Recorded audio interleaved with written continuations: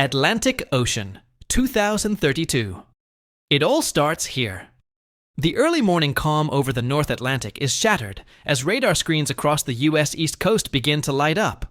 Hundreds of fast-moving signatures racing west.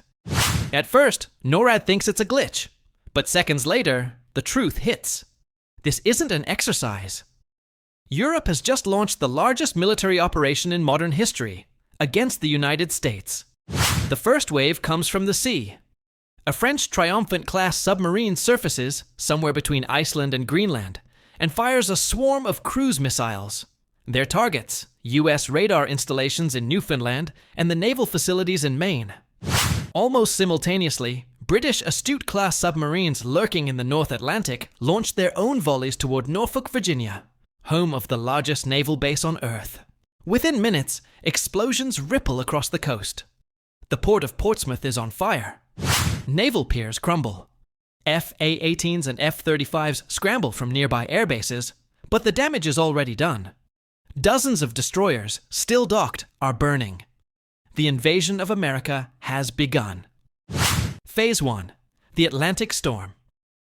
In Europe, it's being called Operation Iron Tide, a unified strike coordinated by the European Defense Union, an emergency alliance formed after years of tension with Washington. Trade wars, espionage accusations, and U.S. sanctions against European energy projects finally boiled over. The message from Brussels is simple. Europe will no longer be the junior partner in world affairs. So, they decided to prove it. The assault is led by a joint British-French-German task force. 2 British aircraft carriers, Queen Elizabeth and Prince of Wales. 3 French Charles de Gaulle class. Strike groups dozens of European frigates, destroyers, and submarines. Hundreds of long-range stealth drones launched from Icelandic bases. Their goal? Cripple America's Atlantic defenses before U.S. reinforcements from the Pacific can arrive. Within hours, satellite communications above the East Coast begin to flicker. French cyber units, operating from underground hubs near Paris, have triggered malware long hidden inside U.S. telecom systems. Banking networks slow. GPS falters. Flights are grounded from Miami to Boston. And above it all, the sky fills with contrails. Fighter formations from the Royal Air Force and Luftwaffe, refueled mid-air over the Atlantic, streak toward America's eastern seaboard. Phase 2. The First Strike. ERO 600 hours, Washington, D.C. The president is rushed to a secure bunker. Reports pour in faster than anyone can process. New York Harbor hit. Naval Station Norfolk crippled. Power grids along the East Coast offline. Unknown aircraft approaching U.S. airspace. The United States has never faced a foreign invasion like this. From the Arctic Circle to the Caribbean, radar operators are watching the Atlantic light up with hostile contacts. U.S. F-22 Raptors roar into the skies from Langley Air Force Base, intercepting the first wave of European fighters, Typhoons and Rafales, over the ocean. Dogfights explode over the waves. Missiles streak across the clouds. It's the kind of war the world thought it would never see again. Advanced Western militaries fighting each other head-on, and it's only the beginning. Off the coast of Delaware, the U.S. Navy's Second Fleet scrambles to form a defensive line. But the European flotilla, hidden beneath layers of electronic jamming, pushes forward. German Type 22 submarines pick off destroyers one by one. French Barracuda-class subs hunt U.S. carriers.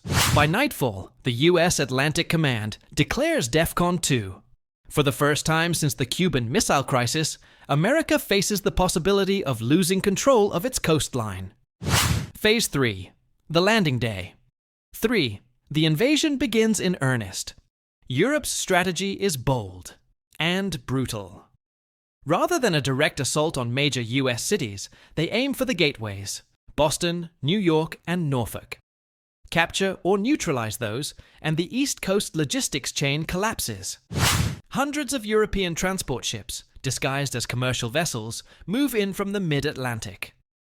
Protected by destroyers, they unleash fleets of amphibious craft carrying armored divisions: British Challenger 3s, German Leopards, and French Leclercs. At dawn, New York wakes to thunder. The skyline trembles as missiles slam into bridges, ports, and airfields. The Verrazzano Bridge collapses. The Statue of Liberty disappears behind a wall of smoke. The first European troops land on Long Island. U.S. Marines, rushed from nearby bases, open fire from entrenched positions. Apache helicopters streak overhead, firing Hellfire missiles into the waves. For every landing craft that hits the beach, 3 are blown apart. But Europe's edge isn't in manpower, it's in precision. Satellite-guided artillery from offshore warships pounds U.S. positions with ruthless accuracy. Drones swarm the skies, relaying live feeds to command ships thousands of miles away. By nightfall, European forces hold a fragile beachhead stretching from Montauk to the outskirts of Queens. The unthinkable has happened. Foreign tanks are on American soil. Phase 4. America fights back. But the United States didn't become a superpower by folding in the first round. Within 24 hours, U.S. counterattacks begin. From Fort Bragg to Camp Lejeune, thousands of troops deploy eastward. Stealth bombers, B-2s and B-21s, slice through European air defenses, dropping precision munitions on supply convoys. In the Atlantic, American submarines turn the tide. Virginia-class hunters start sinking European logistics ships one by one. Undersea cables linking the invasion force to Europe are severed, leaving units isolated and blind. On land, the fight becomes vicious. Urban warfare consumes the suburbs of New York. U.S. Rangers engage British Royal Marines in street-to-street battles. German mechanized units push toward Newark, only to be ambushed by American National Guard forces using javelins and switchblade drones. The front line freezes, a burning scar across New Jersey and Long Island. And while the world watches, Europe realizes what it's up against: the full industrial and military power of the United States. Phase 5. The Wider War. While the East Coast burns, another battle rages: the Battle of the Atlantic 2.0. U.S. carrier groups, sailing from the Gulf of Mexico and the Pacific, converge towards the war zone. Europe tries to stop them using long-range hypersonic missiles launched from bases in Spain and France. But the U.S. brings its technological hammer down. F-35C fighters from the USS Gerald R. Ford and USS Nimitz knock hypersonics out of the sky. Aegis destroyers intercept the rest. And in orbit, the U.S. Space Force strikes back. Literally. Anti-satellite weapons knock out half of Europe's reconnaissance network, blinding their drones and ships. Suddenly, European units lose coordination. Command networks fail. Fuel convoys are ambushed. Reinforcements can't find the front lines. It's the beginning of the end. Phase 6. Turning the tide. By week 3, U.S. forces go on the offensive. Operation Liberty Storm, a massive counter-invasion campaign, begins. Thousands of paratroopers drop behind enemy lines on Long Island. Amphibious assault ships from Florida and North Carolina land Marines south of Manhattan, cutting off European supply routes. In one of the largest naval battles since World War II, the USS Gerald R. Ford carrier group clashes with the Charles de Gaulle task force off the coast of Virginia. The sea becomes a graveyard of burning ships. After 12 hours of combat, the French carrier is crippled and forced to withdraw. The tide has turned. On land, European units begin retreating toward the beaches, their lines collapsing under relentless U.S. airstrikes. Apache helicopters, A-10 Warthogs, and stealth drones shred armored columns. By day 30, the invasion beachheads are gone. Long Island is liberated. Boston's port reopens. The last European troops surrender near New Haven, Connecticut. Phase 7. The war expands. But the story doesn't end on the East Coast. As U.S. victory becomes clear, the European Union fractures. Spain and Italy withdraw from the war. Eastern European nations, fearing retaliation from Moscow, demand peace. Only the core powers, the UK, France, and Germany, remain engaged, but their forces are shattered. Meanwhile, the U.S. Navy turns east. In a historic operation dubbed Atlantic Justice, American carrier groups cross the ocean, striking at the heart of Europe's military infrastructure. Missile barrages hit naval bases in Brest, Hamburg, and Portsmouth. Airfields are cratered. Command centers go dark. European cities brace for the worst. But Washington halts short of targeting civilians.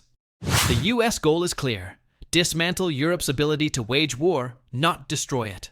After 3 months of brutal combat, the war ends. A ceasefire is signed in Geneva. Both sides have lost thousands.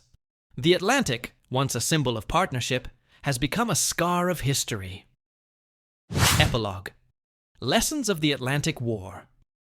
The war between Europe and the United States lasts just 94 days, but it changes the world forever.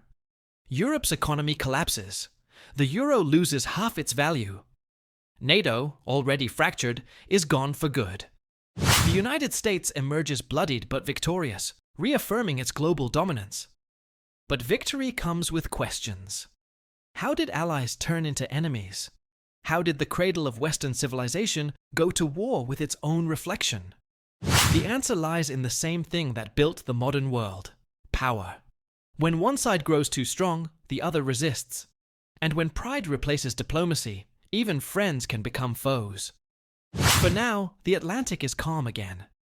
But somewhere, deep beneath the waves, submarines still patrol. Watching, waiting, preparing for whatever comes next.